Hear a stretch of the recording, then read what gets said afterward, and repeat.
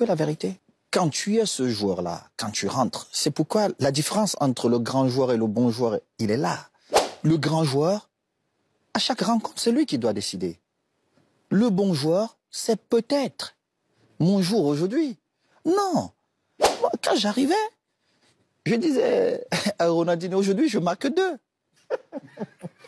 Tu marquais 3. Ouais, j'arrivais. Et je vais te raconter autre chose. À l'Inter, une fois, je devais venir faire la fête à Paris avec des potes. Et j'ai dit à Leonardo, qui était mon entraîneur, je lui ai dit, écoute, Léo, l'Inaté fait à telle heure. À la 45e minute, j'aurais déjà marqué 3 buts. Débrouille-toi, vous allez défendre. 38e minute, j'avais déjà mis 3. À Léo? Léo, il était mon coach. J'arrivais, à l'époque, on était dans une équipe remplie de grands joueurs. Et tu sais, il y a beaucoup de personnel, les égos, tout ça. Mais même entre vous, les grands joueurs, il y a certains qui ont ce doute avant le match, qui réfléchissent, qui se disent, mais qui appréhendent. Moi, j'avais pas ça. Jamais. Jamais. Plus le match était important, mieux je répondais. Et c'est là où j'étais. Eux-mêmes me regardaient comme ça, ils disent, mais c'est pas possible, ce mec. Mais ça venait d'où? Mes épreuves de la vie. J'ai connu beaucoup d'épreuves difficiles. Et pour moi, à chaque fois, c'était une occasion pour moi vis-à-vis de la vie que j'ai eue avant. Je disais, ben aujourd'hui, il faut que je sois le mec le plus heureux. C'est quand tu sais que la pression, elle est là, à son paroxysme. Et comme dit Samuel, le champion, c'est celui qui va rêver, qui va se dire, il y a une pression. Parce que... Mais le champion, il peut perdre. Ouais, mais il n'a pas peur de perdre. C'est ça, en fait. En fait, le champion n'a jamais peur de perdre. Pour lui, il ne perd même pas. N'a pas peur de perdre ou de rater. Il ne rate même pas. Ah, comment il ne rate même pas? Non, c'est ça que je veux dire. Je m'entends. En fait, c'est l'état d'esprit. Quand tu rentres dans un stade, tu sais ce que c'est. Mais moi, quand je rentre, Tu as une fois avant je me dis, je vais rater. Je peux rater, je ne me dis même pas, je peux rater pendant 89 minutes. Mais à la 90e minute, je vais te faire la magie. Donc je ne rate pas, parce que mon objectif, c'est quoi? C'est de dire, je sors de ce stade et qu'on dise, ah putain, Eto'o était là. C'est ça en fait le champion. Par contre, l'autre, dès qu'il a raté une fois, 2 fois, tu ne le vois plus. Il commence à se cacher. Ouais. Il ne veut plus ce ballon. Il ne fait plus les appels. Non, tu vas rater parce que c'est un jeu, tu sais. Normal. Voilà. Mais le plus important, c'est quoi? C'est qu'à la fin, on dise, ah, Redouane était là. Ah, il nous a fait rêver. On oublie que pendant 89 minutes, c'est vrai. Tu n'étais pas là. Je te prends un autre exemple. On joue Togo à la maison. On doit se qualifier pour la Coupe du Monde. Je crois que c'est 2002. Et regarde un peu l'attaque. Patrick Mboma, Samuel Eto'o. À une époque, c'était mon meilleur compagnon. La bicyclette, la retournée qu'il a mis ici. Je me rappelle, contre la France. Ouais. J'arrive et puis Patrick. Je dis au mec, écoutez, j'ai pas bien dormi la nuit, tout ça. Je me sens pas bien. Bon. Rigobert me regarde comme ça. J'ai dit, mais il faut défendre. Il faut défendre. On joue bien. Et à un moment donné, je lui dis, bon, là maintenant, je commence ma fête. C'est un caméra. Je vais sur le côté gauche. Je vais te montrer la vidéo. On fait transversal, j'amortis. J'ai le mec en face de moi, mais je regarde pas le mec. Je regarde derrière le mec. Je fais ballon, agent de Makoun. Je fais semblant de partir. J'ouvre l'espace, il laisse le ballon enveloppé. Quand le ballon est parti, j'ai commencé à courir. Moi, je pars de loin. Au-delà du fait que j'ai réussi dans ma carrière, je dois créer des opportunités pour les autres. Et surtout montrer aux autres Africains qu'ils ne doivent pas être complexés. Je vais te prendre un exemple. Une fois, il y a un grand joueur, Ibra. Il a dit, on devrait changer la tour Eiffel pour mettre mon visage. Il a dit un truc comme ça. Pour mettre mon nez. Bon, ça c'est un Marseillais qui le dit. Ça n'a choqué personne. Si c'était un noir. Mais à chaque fois que j'ai dit une vérité, on dit, ah oui, lui, ça la pète. Ouais, c'est ça. Tu comprends? Pourquoi je devrais me sentir inférieur? Pourtant, j'ai été meilleur que les autres. Je ne sais pas si je méritais le ballon d'or, mais je vais te dire, cette année, je gagne pratiquement tout. Et mon rêve était de participer à cette Coupe du Monde. Je ne voyais pas le ballon d'or. Pour moi, je disais, j'arrive je suis au sommet de mon art depuis quelques années. Aller à la Coupe du Monde, en plus on avait une équipe de malades. Tu pensais que tu allais aller à la Coupe du Monde, oui. la déchirer. Ah oui, on a mal commencé la compétition, on revient, on va à Abidjan, on gagne d'abord la Côte d'Ivoire au Cameroun, un match hyper chaud. Je me souviens, bagarre toute la semaine avec le public camerounais parce que c'était chaud. En face, tu avais Didier. Ah ouais. Ah non, là, C'est c'était vraiment à c'était excitant parce que je me souviens, je suis arrivé dans le vestiaire comme ça et puis j'ai dit à Rigobert, écoute, Didier, c'est un grand joueur, oui, mais je suis patron. Ce que je te dis, tu vois, mais moi, je le pense. Mais quand je le dis, quelqu'un d'autre qui m'écoute, il dit, mais il est fou. Parce qu'il n'a pas la même confiance que toi, tu as. Il dit, mais il a Drogba en face. Et j'entre, je fais la magie. Tu penses que c'est la mentalité que Cédric doit avoir dans la Ah cage? oui, C'est mais exactement ça. en fait, c'est ça. Quand j'entre au stade, j'ai déjà gagné psychologiquement tous ces garçons. Parce Tu que m'avais appelé avant une finale de coupe. Je l'avais appelé pour lui demander quelques conseils. La première chose qu'il m'a dit, c'est peu importe quel match tu joues, contre qui tu joues, quand tu rentres sur le terrain, dans ta tête, tu dois être le meilleur joueur sur le terrain. Peu importe ce qui s'est passé la veille, ce qui se passe entre la 10e et la 20, tu dois toujours penser que tu es le meilleur sur le le meilleur. terrain. Quand j'entre, on gagne 2-0. Hein. Mais Jérémy fait une transversale. Avant que le ballon ne touche le sol, reprise de volée pied gauche. Lucas opposé. Tous ils se sont arrêtés. Le deuxième but, je les dribble avec les yeux. Le bridge. Ah, je fais ça, tous y passent. Vous lui mettez- Dans un petit ballon. Mais en fait, C'est la mentalité. c'est la mentalité du Mental. champion. Mais pour les autres, parce que c'est un Africain qui le dit, ils disent, Il est fou. Hein. il est fou. Il a la grosse tête. Il a la grosse Mais tête. Par je contre, comprends. quand Zlatan dit quelque chose, on dit, oh, qu'est-ce qu'il est fort. C'est artistique, c'est artistique. ouais. Après, on lui a aussi dit qu'il avait la grosse tête ou que c'était un non, personnage. ce que Ludovic Giuli, il a dit, tu te Non. souviens, en 2006, Petit bonhomme. finale Ligue des Champions ici à Paris, Stade de France. À la mi-temps, on est mené 1-0 et Arsenal est à 10. Et tu sais pourquoi on est mené? Ronaldinho, meilleur joueur, il voulait jouer seul. Et c'est là où tu vas voir le grand joueur. Toi, t'avais pas peur de dire à Ronaldinho, Pardon toi, tu déconnes? Tu demandes un Camerounais, c'est la Je vais te dire. Ça t'est déjà arrivé, par exemple, d'aller voir Ronaldinho et dire, Mais tu je déconnes? t'explique. Jean Trovincière, tous ils sont comme ça. À la mi-temps. À la mi-temps, finale de Champions League. Ah ouais, non. Franck, il est de l'autre côté, perdu. Franck qui a joué plusieurs Champions League. Il en a gagné. J'ai dit, vous faites quoi? Mais levez-vous.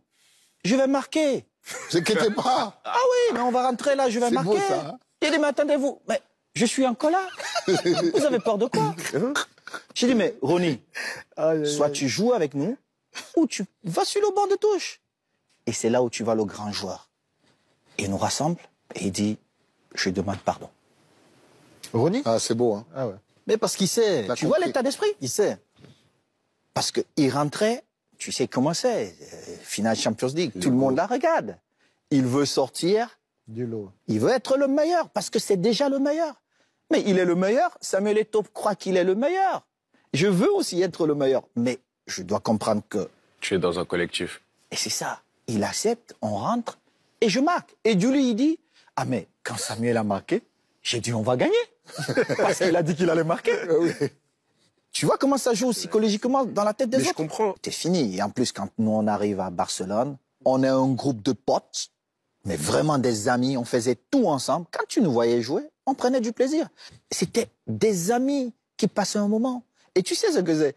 Quand vous êtes potes, vous ne ressentez pas ça. On a gagné notre première Champions League, on a eu des blessés, on a joué, on avait 12 joueurs. 12 joueurs. Cette saison à Madrid, elle s'est passée comme ça aussi. 12 joueurs. Mais on a gagné. Pourquoi? Parce que nous étions comme ça. On était là, on jouait, on s'amusait, on C'est fissait. parce qu'il a peur de J'avais- mourir. J'avais j'étais concentré, j'étais dans mon C'est quoi ta élément. définition du stress? Je vais te dire, moi, quand j'arrivais peut-être... T'as parce que- jamais été stressé dans ta vie? Oui, pour une aujourd'hui, compétition, pour une aujourd'hui, compétition. vu mes fonctions, je suis stressé parce que ça ne dépend plus de moi. Hmm. Mon job, Je savais ma qu'elle pression, marquait, frérot. c'est de tout faire pour que les joueurs soient bien. Ma pression, c'est de savoir qu'ils doivent voyager dans des meilleures conditions, ils doivent dormir dans les meilleures conditions, qu'il n'y ait pas de problème de prime, coordonner toutes les équipes. Et après, je ne peux plus rien faire. Ça dépend de leur coach, ça dépend des gars. Donc souvent, je suis dans les gradins, comme président, mais je perds 2 kilos, mais je transpire. Parce que ça ne dépend plus de moi. Mais ce stress-là, tu l'avais pas en tant que joueur. Quand je jouais, non, parce que ça dépendait de moi. Je vais te dire, j'arrive au vestiaire, tu connais Kofi Olomide, mon fidèle compagnon. Très bel artiste. J'avais ma vie. Couloulé. Voilà. L'Éternel est mon berger, je ne manquerai de Je ne rien. manquerai de rien. Je prie, je commence à me préparer. J'avais 50 minutes avant de sortir. Et je faisais la même chose tout le temps. Même chose. Je me prépare. Je vais à l'échauffement. Je reviens. Et j'étais toujours le dernier à parler. Il dit, les gars, non, ne vous inquiétez pas. Avant la 10e minute, je vais marquer. Et par rapport à ça, Samuel, est-ce qu'il y a un défenseur dans ta carrière où tu savais que tu allais avoir des difficultés contre lui? J'en ai eu. Mais Tu veux pas nous donner le nom? non, je vais vous donner le nom. Maldini. Carnavaro, c'était quelqu'un de très rapide et qui aimait anticiper. Donc il te causait du stress avant les matchs si tu jouais contre lui? Pas stressé. Mais tu savais qu'il y avait... Je me réadaptais à une autre façon de jouer. Je savais qu'il aime bien anticiper. Les 4-5 premiers ballons, je reste le Samuel Eto'o que lui, il a vu les vidéos et tout ça. Et puis je change. Il a déjà un problème. Il doit s'adapter à mon jeu maintenant. Je commence à jouer 3 quarts. Je ne joue plus 2 au but. Donc, il a ce stress maintenant de dire, mais le mec... C'est l'adaptation. C'est l'adaptation. Donc, après, j'ai eu des mecs comme Rigobertson que je n'ai jamais voulu avoir comme adversaire pendant un match. Parce que le mec, à l'entraînement, il te bottait, il marche sur toi, il t'insulte. Il te met dans des conditions où tu as parlé de le regret que moi j'ai eu. J'ai eu 2002 et 2010, 2 Coupes du Monde. La première, avec des expériences différentes. La première, j'étais beaucoup plus jeune. On arrive en France.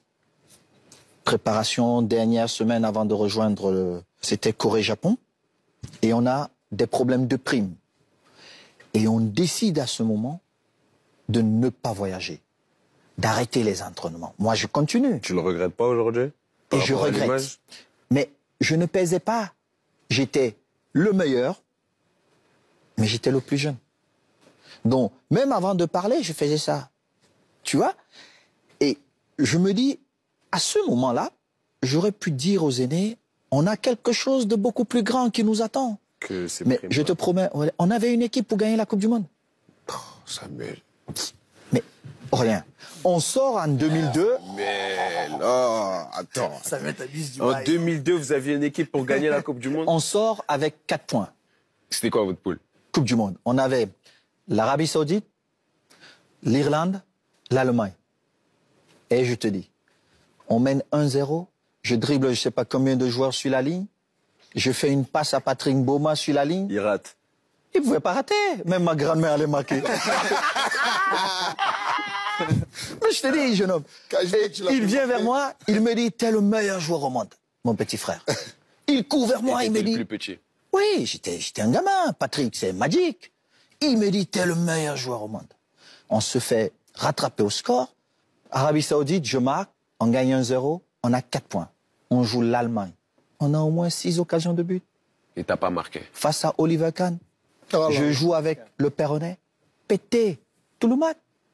Et on sort de cette compétition. Mais on sort pourquoi? Parce que physiquement, on était éprouvé. On a fait 72 heures pratiquement pour rejoindre le Japon. Tu comprends? Et puis on a 2010. Tu pouvais gagner aussi 2010? On ne pouvait peut-être pas gagner, Voilà, mais on tu pouvait vois. jouer la demi-finale. Mais tu sais que... Toi, comment tu vis ça quand tu... Est-ce que tu dis qu'il y a une injustice dans la perception qu'ont les gens de toi? En fait, il y a toujours une injustice. Mais le problème, il ne faut pas voir ça comme ça. Parce que à ce moment-là, je suis responsable d'une institution. Il y a beaucoup de choses qui se passent et tu te dis, non, tu dois t'arrêter. Tu es responsable, tu es le patron d'une institution. Il est vrai que les autres n'ont pas fait les choses correctement, mais tu n'as pas besoin d'aller aussi loin. Tu t'arrêtes. Mais nous sommes tous des humains. Bien sûr. Au continent, aujourd'hui, je dirais malheureusement, nous nous retrouvons avec un phénomène des braqueurs. C'est quoi ce que tu appelles les braqueurs? Des gens qui disent tout et son contraire. Aujourd'hui, ils vous disent Samuel a fait ça, Samuel a fait ça et Samuel a fait ça. Mais quand vous lisez ils se contredisent à chaque fois. Et ça, c'est très dangereux. D'autres souffrent de ça. Parfois, des gens me disent, mais comment tu fais pour supporter tout ça? Mais parce que je sais où elle est la vérité. Tu n'as jamais eu envie de tout abandonner? Non, par exemple, évidemment, la fédération... parfois tu as envie... Évidemment, plusieurs fois, j'ai envie d'abandonner. Et qu'est-ce qui te donne toujours envie de continuer? C'est pas ce que les autres disent qui peut me faire abandonner. Moi, le seul fait que je viens est que sur 600 ou 700 footballeurs que nous gérons, et que 2 me disent, on reçoit correctement nos salaires. Parce que nous sommes partis de 0 à quelque chose. Parce que avant qu'on arrive à la fédération, c'était un groupe de potes qui gérait le football, qui se faisait de l'argent. J'ai dit non, je suis footballeur. Je rentre dans ce monde politique, de gestion, il faut apporter autre chose. Tu es le mieux placé pour savoir. Mais tu ne fais pas pour toi, c'est ça qu'il faut Mais moi, j'ai préciser. pas de salaire à la fédération. Voilà. Tu touches pas de salaire à la fédération? Je n'en ai pas besoin.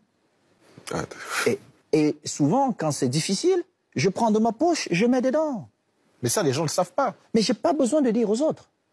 Oui, mais c'est important que les gens le sachent pour que ça change aussi peut-être l'image que les gens ont de Je toi. n'ai pas besoin de changer mon image. T'as pas besoin de ça. J'ai pas besoin de ça. Real Madrid.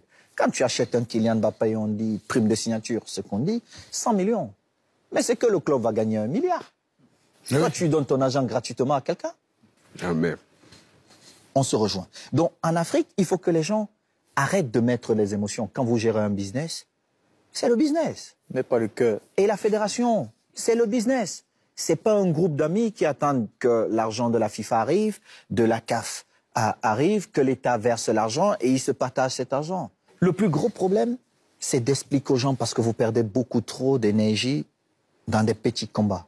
Et dans les gros combats, vous n'avez plus suffisamment d'énergie pour les attaquer. On vous amène à perdre beaucoup trop d'énergie. On vous embrouille avec des histoires, manipulations. Justement, ces braqueurs qui sont à la solde de tout le monde, qui disent tout et sont contraires, c'est là où je reste lucide. Vous pouvez tous être contre moi, tant que je suis avec le droit et je suis mon projet, vous allez me demander de vous rendre compte à la fin de mon mandat. On a le potentiel, on a le talent. En Afrique, beaucoup Afrique, de talent. on a le talent. Je vais vous expliquer quelque chose qui passe même inaperçu, les gens ne comprennent même pas. Le premier transfert entre un pays africain et l'Europe, il est plus ou moins combien? Quand on a trop payé, on a payé $1 million. Quand on a trop payé, le même joueur, 6 mois plus tard, on le vend à 30 millions de pounds. L'Afrique perd beaucoup d'argent. Et quand je dis l'Afrique perd, les clubs perdent beaucoup d'argent. En fait, les gens n'ont pas le mindset de faire du business. En fait, c'est purement de business. Moi, mon job est de m'assurer que ceux qui viennent à l'équipe nationale sont les meilleurs. Mais les meilleurs, ça dépend de qui? Ça dépend du sélectionneur. Moi, à la fin, ce que je veux, c'est qu'il y ait un résultat. J'organise un match la dernière fois, on met 39 000 tickets en vente. Et je dis, personne n'entre s'il n'a pas acheté son ticket. Et on dit, oh, il est trop sévère, lui, cela. Mais comment je fais pour financer le football? Ce sont des petites choses. Et des gens prennent de l'argent, ils donnent à quelques influenceurs pour t'insulter, pour dire des mensonges. Et c'est là où, soit tu t'arrêtes, tu écoutes ce qu'ils disent et tu perds beaucoup de temps, beaucoup plus de temps, et tu n'avances pas. Mais moi, je dois avancer, parce que je sais où je vais. Certains même, ils soupçonnent. Et d'autres qui ont peur de l'inconnu, ils disent, c'est peut-être bien, mais vu que moi j'ai mes 500 francs CFA qui tombent chaque soir parce qu'on me les donne comme ça, je préfère les sécuriser, au lieu de regarder le million qu'il a devant lui. Et c'est ça l'Afrique.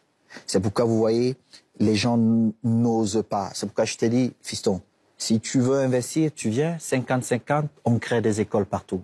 Si quelqu'un veut venir, et je vous invite à venir, on crée des salles de classe.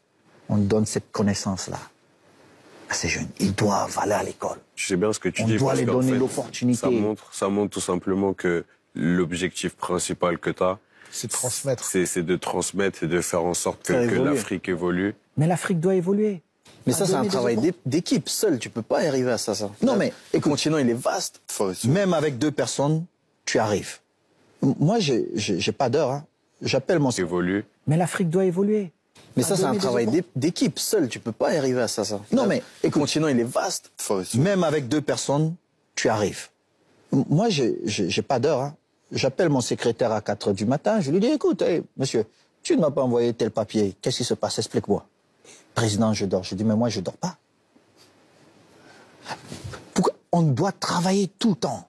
Et il faut... En Afrique, les gens dorment beaucoup trop. Je dirais même, ils ont peur de ce qui est bien pour eux. Parce que tellement ils ont été matés, manipulés, on a dit non, non, non, non. Ça, c'est pas réservé pour vous, c'est réservé pour les autres. Mais non. Cédric, moi, je suis parti de Nouvelle que tu connais pour m'asseoir sur la table des grands. Donc tout est possible pour tout le monde. Pourquoi ces Africains ont dit c'est pas... Non. C'est pourquoi parfois quand j'arrive on dit non, lui il parle comme ça parce qu'il est riche. Mais c'est pas que je suis riche. C'est que j'ai fait ce parcours, je me suis assis là-bas. Et je veux que ceux qui me ressemblent aillent aussi là-bas. Et qu'ils aient cette fierté de dire je suis peut-être africain. C'est compliqué parce que là c'est plus toi contre toi. C'est ça que je disais. C'est toi contre le système. C'est ça, c'est ça. Et comment tu as... Difficile de battre le système. Hein. Voilà. Tous les grands systèmes sont tombés. Ouais, c'est sûr. N'est-ce pas? Mais avec du temps. Partons de là. Tu te dis, l'Afrique, le continent le plus riche, mais paradoxalement le plus pauvre. Donc il y a quelque chose. J'ai vécu pendant 5 ans. Problème surtout. Non, 6 ans au Qatar. Le Qatar a fait sa politique basée sur 2 choses. La diplomatie, le sport. L'éducation, elle est gratuite. Tu vas partout, tu as les DG, tu as les grands DG, les Qataris, partout. Et le pays se développe. Pourquoi? Parce qu'ils sont à un certain niveau d'études. Moi, j'ai pas fait de grandes études. Mais la curiosité m'a amené à toujours vouloir m'améliorer. Et en voyageant, j'ai compris que, en fait, pour rendre les autres riches, il faut leur donner la connaissance et des opportunités. Et c'est ce que moi je veux. Je veux que dans 20 ans, l'Afrique ait peut-être une centaine de milliardaires en dollars.